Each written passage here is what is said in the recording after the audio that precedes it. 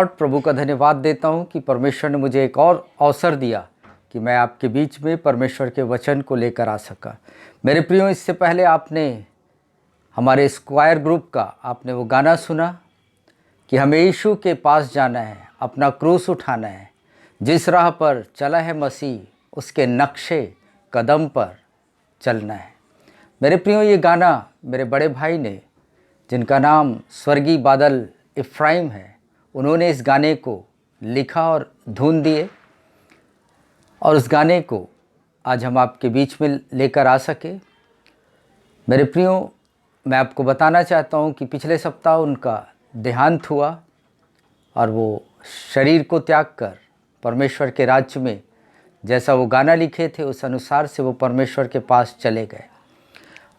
आज मैं चाहता हूँ कि हम सब भी, उन्होंने अपनी दौड़ पूरी की, अपना जीवन प्रभु के जीवन में बिताया और परमेश्वर के अनुसार बिताया, तो आज हम कह सकते हैं कि आज वो प्रभु के घर में है। ठीक उसी प्रकार बाइबल में दाऊद है, जो दाऊद राजा भजन संहिता 15 उसका 1 में कहता है, उसकी भी चाहत है कि वो एक राजा होकर अपने राजमहल की चाहत को छोड़कर वो परमेश्वर के उपस्थिति में जीना चाहता है। और वो कहता है कि प्रभु, हम कैसे और कौन तेरे उपस्थिति में आएगा, तेरे पर्वत पर चढ़ेगा। मेरे प्रियो, आज हमारे साथ उल्टा है। हम चाहते हैं कि हम झोपड़ी से हम महलों में जाएं, राजघराने में जाएं, एक अच्छा पद पाएं, लेकिन ये एक राजा होकर वो परमेश्वर से एक प्रश्न कर रहा है कि प्रभु, कौन है जो तेरे पर्वत पर चढ़ेगा। आइए इस वचन की ओर हम दृष्टि डालें। हे परमेश्वर, तेरे तंबू में कौन रहेगा? तेरे पवित्र पर्वत पर कौन बसने पाएगा? हाँ, यहाँ पर दाऊद पूछ रहा है, एक प्रश्न कर रहा है, हे परमेश्वर, तेरे तंबू में कौन बसेगा, तेरे पर्वत पर कौन चढ़ेगा। मेरे प्रियो, आज हम देखते हैं कि हमारी चाहत कहीं और है, कुछ और जगह पाने की है, लेकिन ये राजा होकर दाऊद कह रहा है, प्रभु, मेरी चाहत है कि मैं तेरे भवन पर रहूं, तेरी उपस्थिति में सदा बने रहूं। एक कुछ क्षण के लिए नहीं, लेकिन वो हमेशा परमेश्वर की उपस्थिति में जीवन बिताना चाहता है। तो उसका एक प्रश्न है, और उस प्रश्न के लिए हम लोग देखते हैं कि कोई भी पर्वत पे चढ़ने के लिए, ये यहाँ पर कह रहा है कि तेरे पर्वत पर मीन्स उस मुकाम को पाने के लिए हम कैसे चढ़ें और कौन चढ़ पाएगा उस पर। तो आज मेरे प्रियो, कुछ ऐसे माउंटेन्स हैं बाइबल में, ऐसे पहाड़ हैं जो मेरे और आपके आत्मिक जीवन के लिए एक राह को तैयार करते हैं, जिसे जब आप जानेंगे तो आपके लिए उस पर्वत पर चढ़ना, परमेश्वर की उपस्थिति में बने रहना बड़ा आसान हो जाता है। तो आइए हम लोग देखेंगे हर एक उस माउंटेन्स को, उस पहाड़ों को, जो पहाड़ अपने आप में एक आत्मिक जीवन को बयान करते हैं।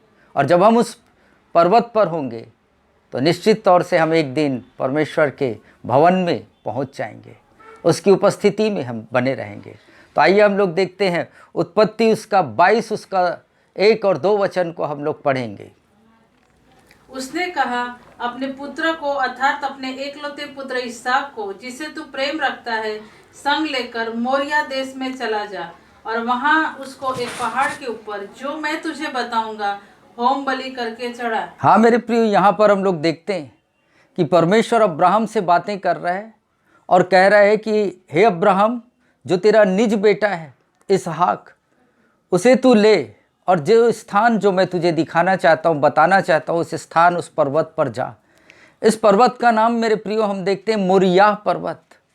ये मोरिया पर्वत पर अब्राहम अपने एक लौते बेटे को लेकर परमेश्वर की आज्ञा को सुनकर वो उस पर्वत पर गया और जाकर उस इसहाक को वो होम बलि करने के लिए वो तैयार था। मेरे प्रियो, ये पर्वत अपने आप में एक चरित्र को, एक स्वभाव को, एक गुण को, एक कैरेक्टर को वो यहाँ पर दर्शाता है। मोरिया पर्वत के विषय में मैं और आपने बहुत सारी बातें सीखी होगी, लेकिन आज मैं बताना चाहता हूँ कि परमेश्वर उस स्थान में, ऐसे अनेक पर्वत थे, लेकिन उसने अब्राहम से जब बातें की तो परमेश्वर ने अब्राहम को कहा कि मोरिया पर्वत पर अपने उस बच्चे को लेकर आ और वहाँ होम बलि कर। मेरे प्रियो, हम देखते हैं कि अब्राहम तड़के उठकर, तीसरे वचन में हम देखते हैं कि तड़के सवेरे भोर को उठकर अब्राहम जो है वो अपने बच्चे को लेकर होम बलि करने के लिए निकल गया। मेरे प्रियो, वो परमेश्वर से इतना प्यार करता था कि उसकी आज्ञाओं का वो उल्लंघन कदापि नहीं कर सकता था। मेरे प्रियो, ये मोरिया पर्वत ये आत्मिक तौर से आज्ञाकारिता का पर्वत कहलाता है। आज मेरे और आपके जीवन में मेरे प्रियो, परमेश्वर भी यही चाहता है कि यदि वो चाहता है कि तुम यदि मेरे निवास स्थान में रहना चाहते हो तो तुम्हें आज्ञा मेरी मानना होगा। अब्राहम परमेश्वर की आज्ञा को माना और उसने ये नहीं देखा कि ये मेरा अपना बेटा है, निज बेटा है, जिसे मैंने 100 साल में मैंने पाया है, इसे मैं कैसे दे सकता हूँ। लेकिन हम देखते हैं कि अब्राहम अपने आप को उसने पीछा किया, अपने आप को उसने, अपनी चाहतों को उसने परमेश्वर से पीछे रखा। मेरे प्रियो, अब्राहम दर्शाया मोरिया पर्वत में जाकर अब्राहम ने इस बात को दर्शाया कि प्रभु, मैं तेरी आज्ञाओं का पालन करता हूँ। मेरे प्रियो, यदि आप किसी भी पर्वत पर चढ़ते हैं तो उस पर्वत में चढ़ने के लिए, शिखर तक पहुँचने के लिए मुझे और आपको स्टेप बाय स्टेप चढ़ना होता है। ये पहला पर्वत मोरिया पर्वत जो है, यदि मैं और आप परमेश्वर के निवास स्थान में सदा के लिए हम रहना चाहते हैं तो परमेश्वर की आज्ञाओं का पालन मुझे और आपको करना होगा। दूसरा पर्वत, वो भी हमें आत्मिक रूप से कुछ बातों को बताता है, जो निर्गमन उसका 24 और 12 वचन में हम देखते हैं।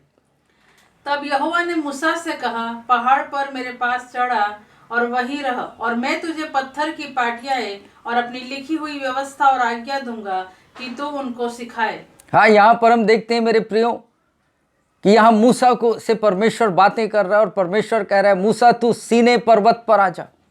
ये सीने पर्वत आत्मिक तौर से ये किस बात को बताता है? उस पर्वत पर परमेश्वर ने मूसा को उस पर्वत पर बुलाया और कह रहा है कि मैं तुझे व्यवस्था दूंगा, नियम दूंगा, उसे तू मानना और दूसरों को सिखाना।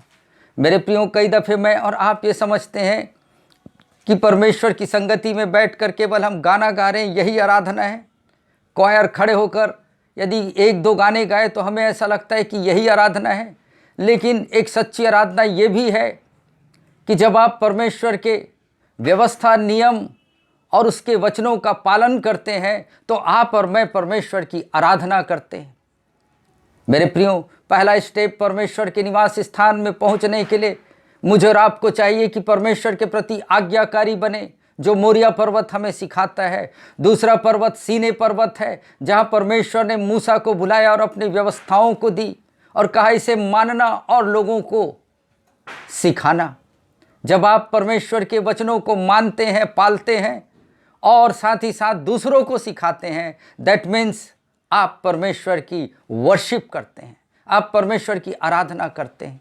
मेरे प्रियो, दूसरा स्टेप हमें ये सीने पर्वत मुझे और आपको परमेश्वर के और समीपता में लेकर धीरे धीरे आते जाता है। किसी भी पर्वत पर जब आप चढ़ते हैं, जब आप पर्वत के नीचे होते हैं, आपको ऊंचाई का अंदाज़ा नहीं होता, लेकिन जब आप उसके चोटी में पहुंचते हैं तो वहां से आपको सब कुछ नीचे छोटा दिखाई देता है।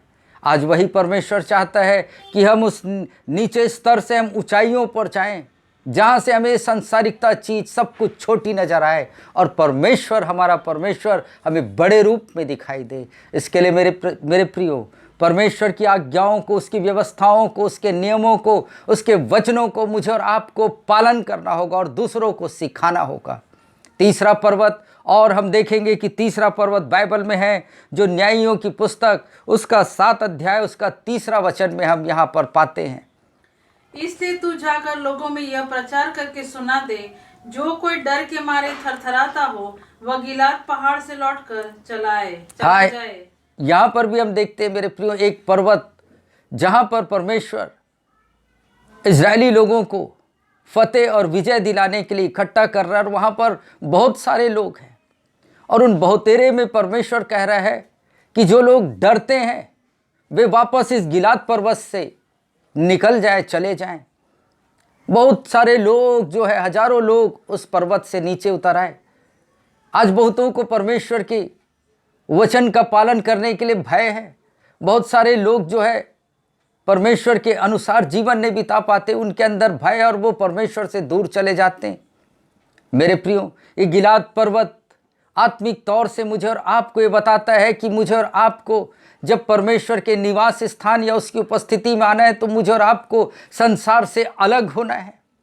अलगाव भरा जीवन मुझे और आपको जीना है। जैसा संसार जी रहा है वैसा नहीं, लेकिन हमें जैसा परमेश्वर का वचन कहता है उस अनुसार से मेरा और आपका जीवन होना है।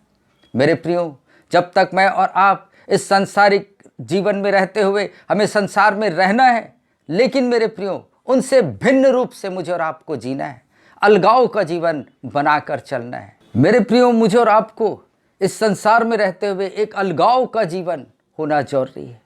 उस भीड़ के पीछे नहीं जाना है, मुझे और आपको परमेश्वर के पीछे जाना है। हमने गाना सुना और परमेश्वर का वचन भी ये कहता है, जो कोई मेरे पीछे होना चाहता है वो अपने आप से इनकार करे और अपना क्रूस उठाकर मेरे पीछे चले।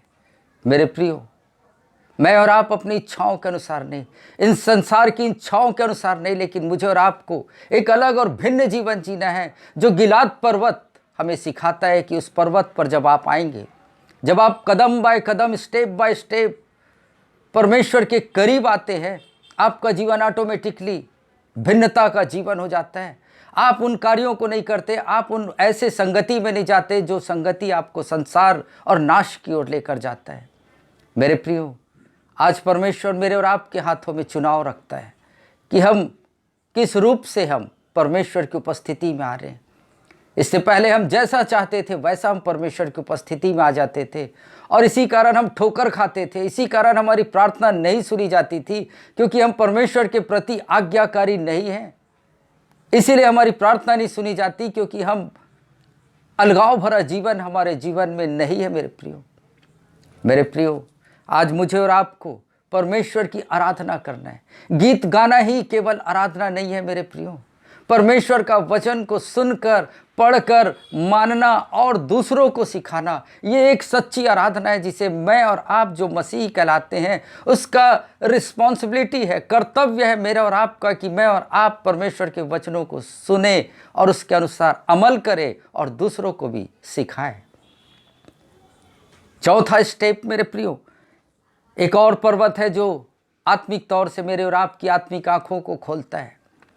वो पाते हैं हम पहला राजा उसका 18 अध्याय उसका 20 वचन। तब अहाब ने सारे इस्राएलियों को बुला भेजा और नबियों को करमेल पर्वत पर इकट्ठा किया, और एलिया सब लोगों के पास आकर कहने लगा, तुम कब तक दो विचारों में लटके रहोगे? यदि यहोवा परमेश्वर हो तो उसके पीछे हो लो, और यदि बाल हो तो उसके पीछे हो लो। लोगों ने उसे उत्तर में एक भी बात न कही। मेरे प्रिय, यहाँ पर हम लोग देखते हैं कि दो क्राउड को हम देखते हैं। अहाब ने पूरे इजरायलियों को उस करमेल पर्वत पर इकट्ठा किया, और यहाँ पर हम देखते हैं कि एलिय्याह जो है वो लोगों से बोलने लगा कि यदि यहोवा परमेश्वर सच्चा है तो उसके पीछे हो लो, या बाल देवता है तो उसके पीछे हो लो। मेरे प्रियो, ये करमेल पर्वत मेरे और आपके जीवन के संघर्ष को बयान करता है कि मसीही जीवन एक संघर्ष का जीवन है। कब तक हम दो मन वाले व्यक्ति बने रहेंगे? कई बार मैंने देखा है कि कई मसीही एक अच्छे समय में वो कहते हैं कि हाँ परमेश्वर सच्चा है, लेकिन बाद में दुख और संकट या संघर्ष उनके जीवन में आता है तो वो कहते हैं कि यदि परमेश्वर होता तो मेरे जीवन में, मेरे परिवार में ये दुख का साया क्यों छाता। मेरे प्रियो, कई दफ़े हम डायरेक्शन अपना चेंज कर लेते हैं, लेकिन ये करमेल पर्वत मुझे और आपको पुकार कर कह रहा है कि मसीही जीवन में एक संघर्ष का जीवन है। मसीही जीवन में संघर्ष लेते हुए मुझे और आपको निर्णय लेना है। यदि परमेश्वर सच्चा है तो उसके पीछे हमें बने रहना है। चाहे दुख आए, मृत्यु आए, बीमारी आए, संकट आए, भूखमरी आए, बेरोजगारी आए, मेरे प्रियो, यदि आपका परमेश्वर प्रभु यीशु यदि सच्चा है आपके लिए, तो आप इन दुखों को नहीं, लेकिन आप संघर्ष करते हुए ऊंचाइयों और मुकाम तक पहुंचेंगे। मैंने आज तक किसी व्यक्ति के मुंह से ये नहीं सुना कि वो नरक भरा जीवन जीना चाहता है। हर एक जन मृत्यु के बाद हम देखते हैं कि उसके नाम के आगे लिखाया रहता है स्वर्गीय।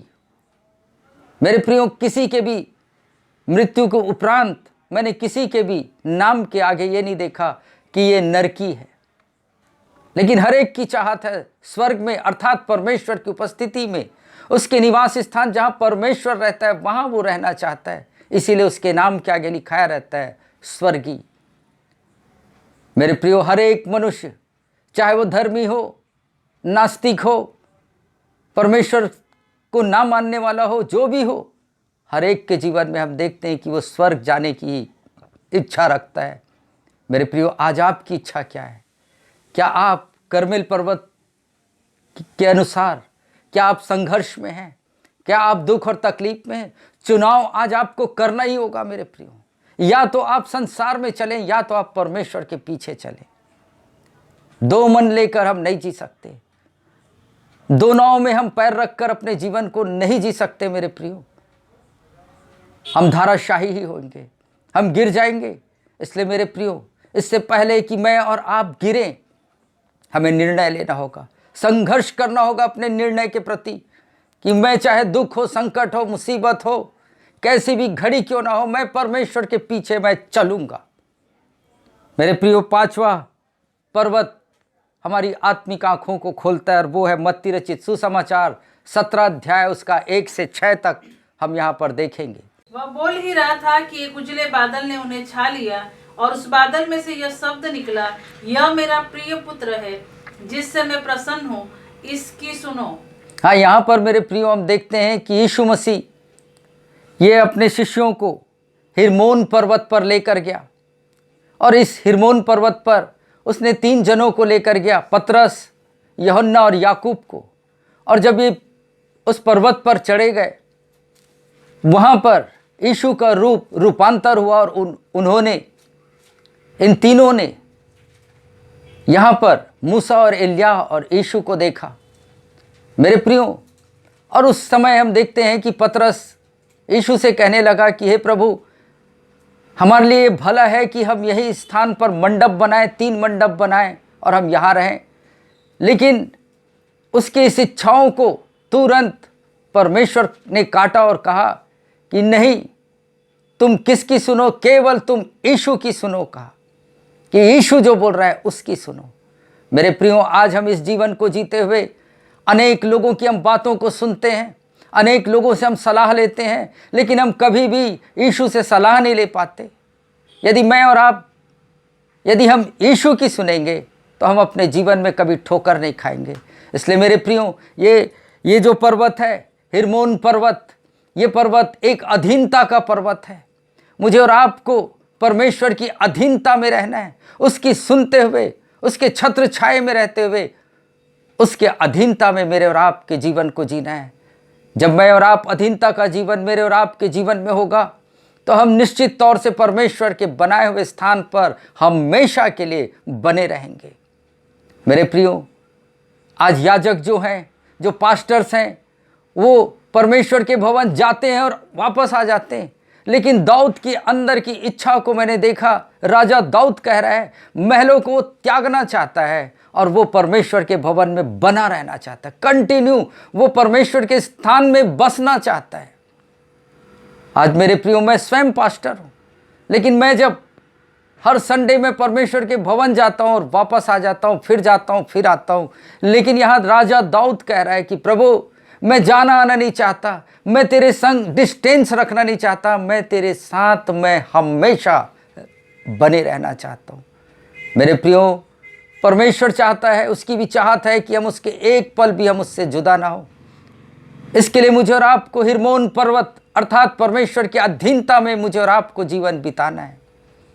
जब हम परमेश्वर की अधीनता में होंगे तो अंतिम और एक महत्वपूर्ण पर्वत में जब मैं और आप पहुंचते हैं, और वो पर्वत हमें मिलता है लूका रचित सुसमाचार 23 अध्याय उसका 44 से 46 वचन में।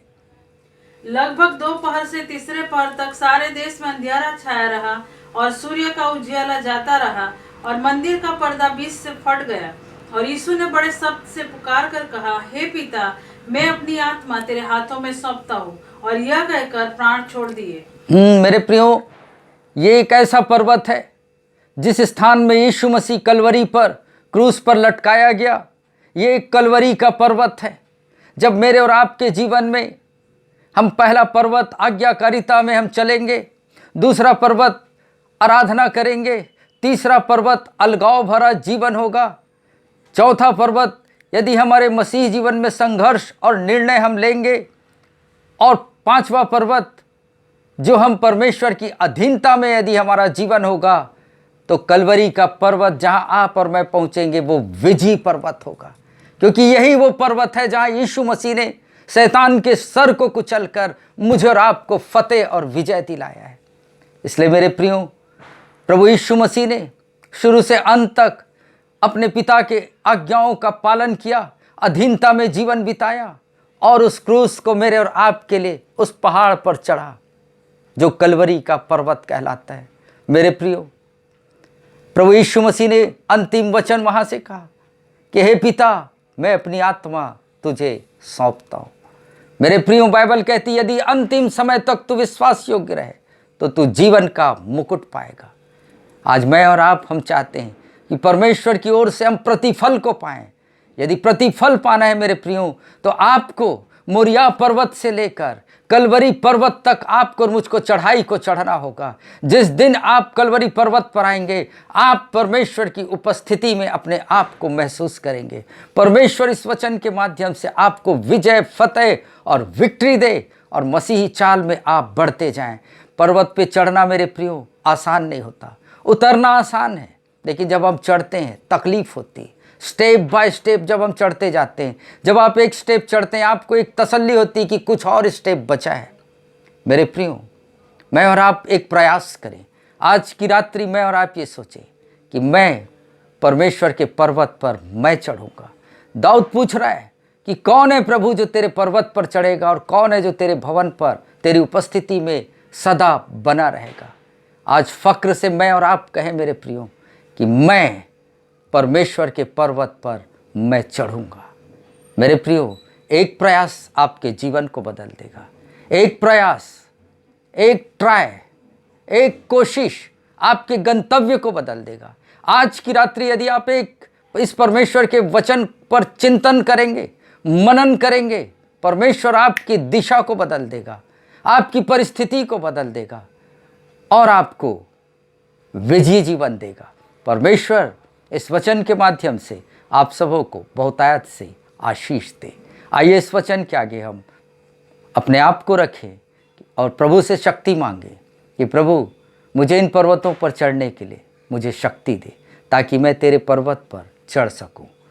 प्रभु जी, धन्यवाद देता हूं आज के इस वचन के लिए। प्रभु, आपने इस वचन को मुझे दिया प्रभु जी, और मैंने परमेश्वर पिता आपके लोगों को दिया। प्रभु, हे पवित्र परमेश्वर, दाऊद एक प्रश्न कर रहा है प्रभु कि कौन है जो तेरे पवित्र पर्वत पर चढ़ेगा। हे प्रभु, आज मेरे इन भाई बहन प्रभु जी जो इस वचन को सुन रहे हैं, प्रभु उन्हें हिम्मत और बल दे, प्रभु शक्ति दे प्रभु जी कि मोरिया पर्वत अर्थात आज्ञाकारिता के पर्वत पर चढ़ सकें प्रभु, और अंतिम पड़ाव चोटी में चढ़कर प्रभु जी हम विजयी जीवन को पा सकें, जहां आप और केवल आप ही हैं प्रभु। धन्यवाद पवित्र परमेश्वर, आपने हमें क्रूस उठाकर चलने का है प्रभु।